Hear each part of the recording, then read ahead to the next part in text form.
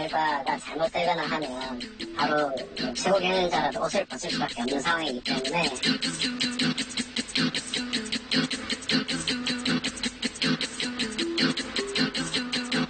팀원이나 VIP 고객님 경우는 기침이라는 제도가 있어가지고 기침을 하는 선생님을 탈퇴시켜줬어요.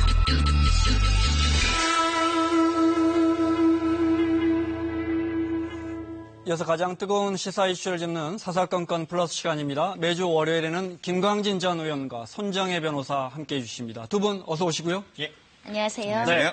오늘 특별한 게스트로 청와대에서 손님 오셨습니다. 청와대 고민정 부대변인 자리해 주셨습니다. 어서 오십시오. 네, 반갑습니다. 네. 오랜만에 친정 오셨어요. KBS 아나운서 출신입니다. 국민들이 뭐 다 알고 계시니까요. 네. 청와대가 더 좋아요? KBS가 더 좋아요? 제가 KBS에 온 지 꼭 1년 반이 됐는데요. 네. 그때는 KBS가 제일 좋았고요. 네. 지금은 청와대가 가장 좋습니다. 지금은 청와대가 제일 좋다. 네. 정치인이 다 되신 것 같은데. 아니, 제가 지금 우문현답이라는 이야기를 하려고, 네. 왜냐하면 그때는 정말 네. 좋은 동료들이 있었기 때문이고요. 네. 또 지금은 좋은 동료도 있지만 또 네. 좋은 사장님, 저한테는 대통령께서 사장님이시죠. 네. 그렇기 때문에 지금 현재로서는 청와대가 가장 좋네요. 그 사장님에 대한 질문 많이 준비했습니다. 청와대는 몇 시에 출근해서 몇 시에 퇴근합니까? 직원들마다 업무에 따라서 다릅니다. 네. 저 같은 경우는 초기에는 한 5시부터 출근했었는데 네. 요즘은 이제 업무의 이제 숙련도가 좀 높아지다 보니까 네. 조금 한 6시 정도에 출근해서 저녁 6시까지 보통 근무를 합니다. 물론 점심시간도 또 있고요. 네, 알겠습니다. 오늘 사사건건의 첫 주제 보겠습니다.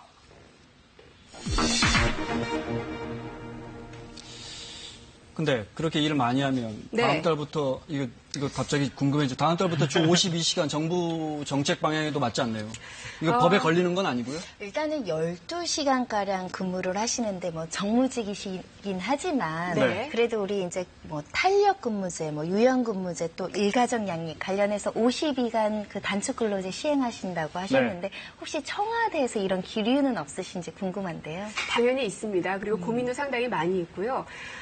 제가 그래서 오기 전에 계산을 한번 해봤는데 하루에 한 10시간 정도 근무한다고 했을 때에는 주 5일 근무했을 때 50시간이지요. 네. 그리고 일요일 근무는 기존에는 좀 많이 했었는데 앞서 말씀드렸다시피 이제 업무 숙련도가 높아지고 그러다 보니 업무량을 좀 많이 줄이고 있는 상황입니다. 그리고 이 주 52시간이라는 것은 법을 정해놓고 무조건 거기에 맞지 않으면 범법자를 양산하겠다라는 목표를 만든 것은 아니라는 거 많은 국민들이 아실 텐데요. 네.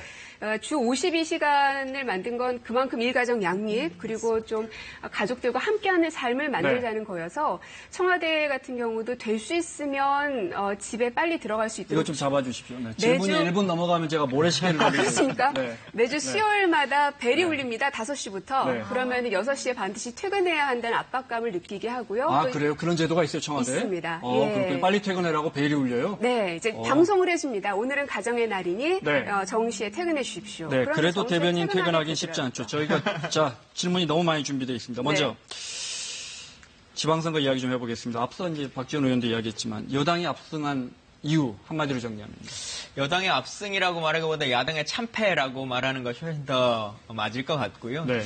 기대에 부응하지 못하는 야당의 모습들을 보여줬다라고 하는 게 가장 큰 것 같습니다. 그리고 문재인 정부가 지난 1년간 해왔었던 모습들을 보면서 이제 1년 전에 선거를 통해서 국가 권력을 바꿔봤더니 정말 나라다운 나라가 되더라. 그러니 네. 이제 지방 권력을 바꿔서 우리의 삶을 좀 바꿔보자라고 하는 뜻이신 것 같습니다. 저는 국민들이 평화 통일에 대한 연원이라고 생각합니다. 지방선거를 통해 현 정권에 대한 지지를 강력히 보여줌으로 인해서 네. 이 국제관계를 풀어나갈 수 있는 대한민국의 힘을 지금의 여권에게 주겠다. 그리고 대통령께 그런 바람을 전달하겠다라는 국민적 염원이 이번 지방선거로 나오지 않았나 생각이 듭니다. 알겠습니다. 자, 청와대 분을 모셨으니까 이걸 좀 질문해 볼까요? 청와대 출신 인사들이 이번에 지방선거에 많이 나갔습니다. 그래픽이 준비가 됐습니까? 네, 볼까요? 네.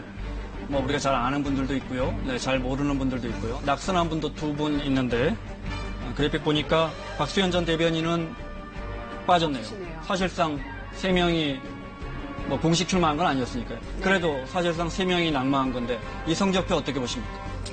글쎄요, 저 한 분 한 분에 대해서 저분이 나가셨구나라는 걸 이제서야 알 정도로 네. 사실은 지방선거에 어떤 분들이 나가셨는지에 대해서 저희가 일일이 체크를 하거나 그러지는 않았습니다. 네. 왜냐하면 선거는 선거대로 또 치러져야 되는 부분이고 이제 다만 선거가 끝난 이후 결과에 대한 우리 정부의 입장이 가장 중요할 텐데요. 앞서서 이제 송현정 기자께서 말씀하셨지만 지역주의가 타파됐다는 것이 굉장히 큰 성과라고 볼 수 있겠고요. 그리고 기쁨도 사실은 있지만 좀 굉장히 무겁습니다, 어깨가. 왜냐하면 사람이 기대치가 높아지면 그만큼 실망감도 커질 것이기 때문에 만약에 조금만 잘못하거나 국민들의 기대에 못 미치는 행동이나 어떤 정책을 펴냈을 때는 한없이 많이 떨어질 것이라는 두려움이 사실은 좀 있습니다. 알겠습니다. 자, 오늘 이제 청와대 북미회담이나 남북 정상회담 때 청와대 분위기를 좀 뒷담화해 보려고 하는데 조만간 김정은 위원장과 트럼프 대통령이 한라인으로 통화를 할지 모르겠습니다. 이 부분 잠깐 들어보겠습니다. I gave him a very direct number. He can now call me if he has any difficulty. I can call him. We have communication. 속된 말로 전화번호 땄네요. 그죠? 김정은 위원장이. 네. 어쨌든 그만큼 북미 대화가 잘 되고 있다. 어떻게 보십니까? 뭐 지금의 상황에서는 아주 잘 되고 있는 모습이고 70년 만에 북한과 미국의 정상이 만났다는 것 자체가 참 이례적인 거지 않습니까? 그리고 네. 그것이 뒤에서 만난 것이 아니라 전 세계가 보는 공개적인 모습에서 만났고 이후에 회담을 또 지속하겠다라고 하는 선언을 했기 때문에 네. 지금으로서는 그동안 우리 문재인 정부가 주장해 왔었던 한반도 운전자론이라고 하는 것이 잘 맞아떨어지고 있다 이렇게 보입니다. 네. 그러니까 청와대에도 사실은 한라인이 개통이 됐잖아요. 혹시 네.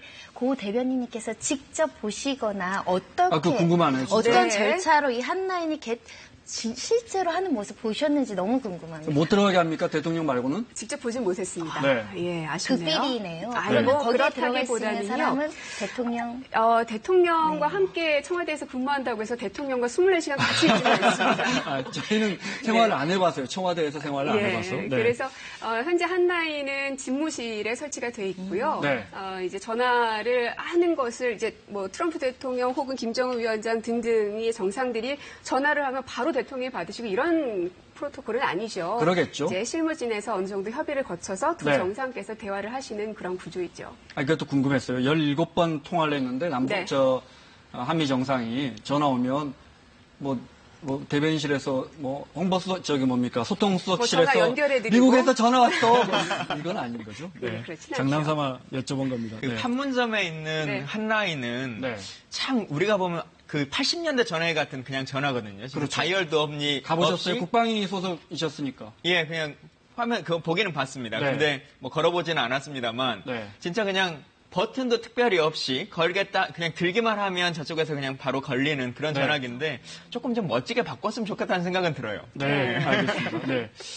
자, 트럼프 대통령이 한미 연합 군사 훈련 중단한 것은 내가 제안한 것이다 이렇게 밝히면서 비핵화 협의가 멈춰서는 순간 재개할 것이다 이런 이야기도 했어요. 예.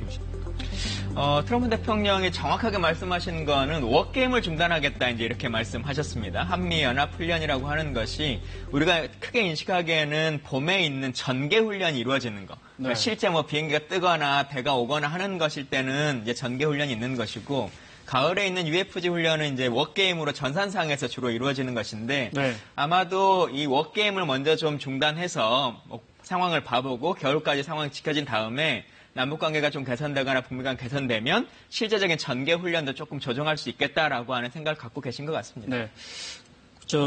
고민정 부대변인 김정은 위원장 만나서 인터뷰하는 꿈을 꿨다고 했는데 만약에 인터뷰하면 어떤 질문 하실 거예요? 언제부터 평화를 꿈꿨는지 꼭 물어보고 싶습니다. 문재인 대통령 같은 경우는 일단 부모님께서 이제 북쪽에서 내려오셨던 분들이시고요. 흥남철수 때 빅토리아호를 타고 내려오셨죠. 그랬기 때문에 아마 어린 시절부터 이 남과 북의 평화에 대한 고민을 늘상 많이 하셨을 겁니다. 네. 그래서 대학생 시절에도 민주화 운동을 하셨고 그 이후에는 또 인권 변호사로서 활동을 하시면서 한반도에서의 평화를 늘상 꿈꿔왔던 분인데 그렇다면 김정은 위원장은 30대의 분이신데 그렇다면 이 한국 전쟁에 대해서 경험이 없는 분이란 말입니다. 어떤 생각을 가지고 계셨을까? 그리고 몇 살 정도부터 어떠한 환경 속에서 평화를 꿈꿔왔을까? 이런 게 참 궁금하더라고요. 하시더라고요. 네. 저는 그 북미 회담을 보면서 저도 그렇고 많은 국민들이 사실은 문재인 대통령도 싱가포르 간다. 남북미 회담에 대한 그랬죠. 기대가 굉장히 컸었고 네. 실제로 북미 대화 가능성이 직후에. 높아진다라고 생각했는데 며칠 전부터 좀 가능성이 낮다라는 청와대 관계자의 이야기도 있었고 결국은 이런 분위기는 불발이 됐는데 혹시 청와대 내부 분위기가 어떠셨는지. 근데 이제 늘 뉴스를 보면은 관계자, 핵심 관계자, 고위 관계자, 당국자 여러 단어들이 나옵니다. 어떤 사람이 그러한 이야기를 했는지까지는 저희도 다 알 수는 없으나 네. 남북미 회담이 열릴지도 모른다는 모든 가능성을 실무진에서는 준비를 해야 합니다. 그게 참모들의 역할이고요. 하지만 그렇게 크게 가능성을 점치진 않았습니다. 왜냐하면 저희가 판문점 선언을 했을 때에도 이것이 모든 것이 다 끝난 것이라고 생각하지 않았습니다. 그때 대통령께서도 이제 첫 발을 내디딘 거라고 말씀을 하셨고요. 그리고 북미 정상 간의 이 만남도 남북 정상이 만나서 서로 이제 평화에 대한 약속을 한 것처럼 네. 북미도 또 하나의 약속을 한 것입니다. 그래서 남북과 북미 이 두 축이 이제 함께 돌아갈 수 있는 토대를 만든 자리였기 때문에 그것만으로도 굉장히 큰 의미가 있다고 생각하고 네. 근데 이제 언론에서는 남북미를 통해서 기분이 지났습니다. 남북미를 통해서 어떤 평화협정이나 종전선언에 대한 그 얘기까지 나가곤 했었습니다. 근데 네. 그렇게 되기에는 너무 속도가 빠르다. 네. 현실적으로 가능하지 않을 것이다라고 사실은 생각 많이 했습니다. 네. 고 부대변인 이야기처럼 우리는 만약에 상황을 대비해야 되는 거니까요, 청와대는. 네. 제가 아주 민감한 질문 하나만 드릴게요. 누가 봐도 이번 북미 대화는 우리가 진짜 많이 주도해 왔고 그 판까지 가는데 주도적 역할을 해왔고 그래서 한반도 운전자론이 정말 많은 부분 실현됐단 말이죠.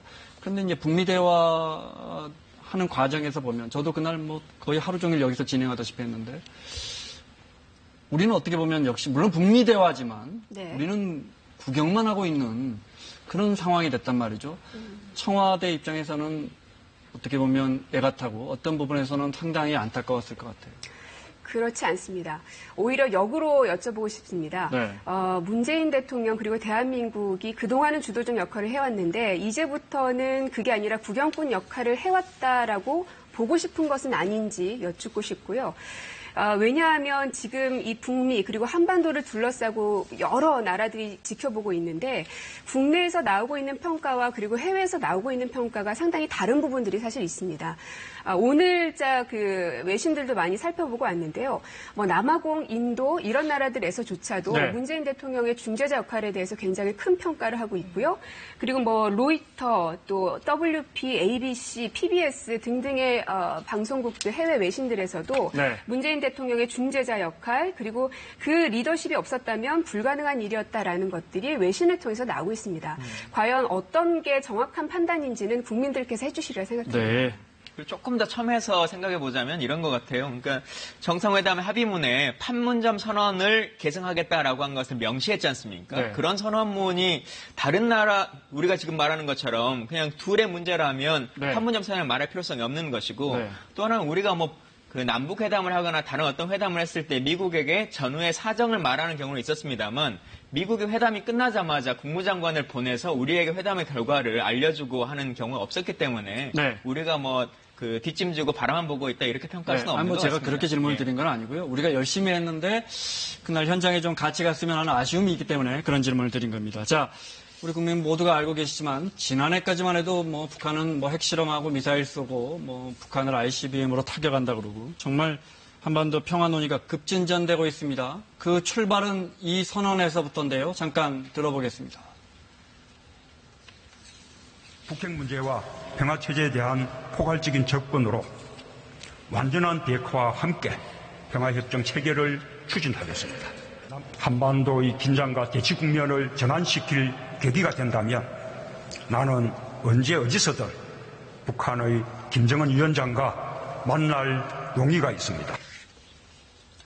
네, 베를린에 있었었고. 예. 네, 당시에 정말 뭐 상황이 급박하지 않았습니까? 그렇죠. 5월에 이제 대선이 있고 네. 저게 이제 7월의 상황인데요.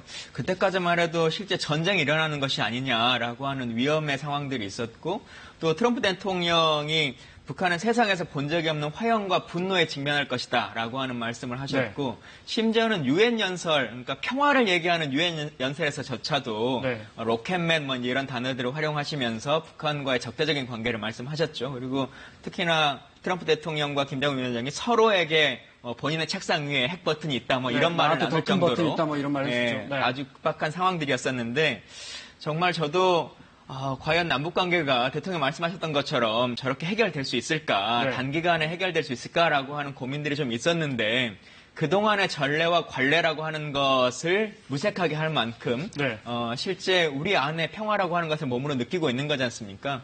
정말 급진적인 상황이라고 생각합니다. 많이 변했다라고 생각하는 게 그 당시에 그 일본의 한 주간지에서 트럼프 미국 대통령이 아베 총리한테 북폭 계획이 있다라는 서로 알려줬다라는 보도가 나가면서 국내에도 이 언론이 소개가 됐거든요. 그러면서 많은 가짜 뉴스들이 양산이 됩니다. 심지어는 뭐 주한미국 가족들이 철수했다는 가짜 뉴스도 굉장히 많이 날 정도로 위기는 굉장히 높았다라고 보입니다. 미군들 철수하고 있다는데 기자들은 좀 아냐 뭐 이런 말까지 심지어 그런 말까지 오갔을 때였습니다. 그런데 이제 자, 고 부대변인 숨가쁘게 달려왔습니다. 그죠?